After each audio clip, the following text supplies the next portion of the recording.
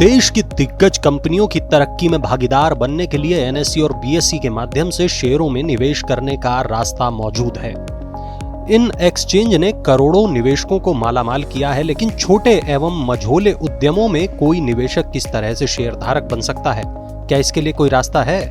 तो इसका जवाब है एनएसई और बीएसई के एसएमई प्लेटफॉर्म। अभी शेयर बाजार में लिस्ट होने के लिए एसएमईज के पास दो प्लेटफॉर्म हैं, बीएसई एसएमई और एनएसई इमर्ज। ये छोटी कंपनियों के लिए अपनी तरक्की और विस्तार के लिए पूंजी जुटाने का एक अच्छा रास्ता है। यही नहीं, निवेशकों के लिए भी उदीयमान कंपनियों की तरक्की में भागीदार बनने का अच्छा तरीका होता है। पिछले एक साल में standard and poor's BSE small और मीडियम एंटरप्राइजेस यानी एसएमई आईपीओ इंडेक्स में शानदार बढ़त हुई है। वैल्यू रिसर्च के डेटा के मुताबिक बीएसई एसएमई आईपीओ इंडेक्स ने पिछले 1 साल, 2 साल और 3 साल में क्रमशः 120%, 116% और 62% का रिटर्न दिया है।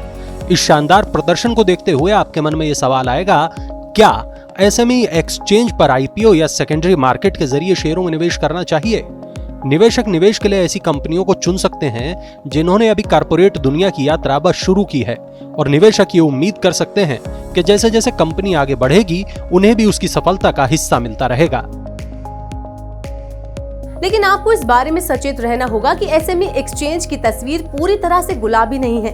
वैसे तो पिछले 1-2 साल में इस एक्सचेंज पर रिटर्न वास्तव में शानदार रहे हैं, लेकिन एसएमई शेयरों में लिक्विडिटी की कमी देखी गई है, यानी इनमें खरीद फरोख्त की मात्रा कम रही है। सेबी ने छोटे निवेशकों के हितों में बचाव के लिए एसएमई में निवेश करने के मामले में काफी सतर्क रवैया अपनाया है। इसमें लॉट साइज बड़ा होने की वजह से छोटे निवेशक निवेश नहीं कर पाते और अक्सर हाई नेटवर्थ वाले यानी बड़े निवेशक ही एसएमई एक्सचेंज पर निवेश करते हैं। किसी एसएमई एक्सचेंज पर आईपीओ के लिए लॉट साइज इस तरह का तय किया गया है कि अक्सर इसमें निवेश के लिए करीब 1 लाख रुपए का निवेश करना होता है।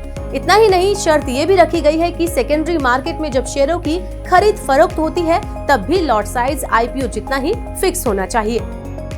उदाहरण के लिए मान लीजिए कि कंपनी जयंत इंफ्राटेक की लिस्टिंग के आईपीओ आया जिसका लॉट साइज 2000 शेयरों का था, यानी इसके कम से कम 2000 शेयरों के लिए आवेदन किया जा सकता था।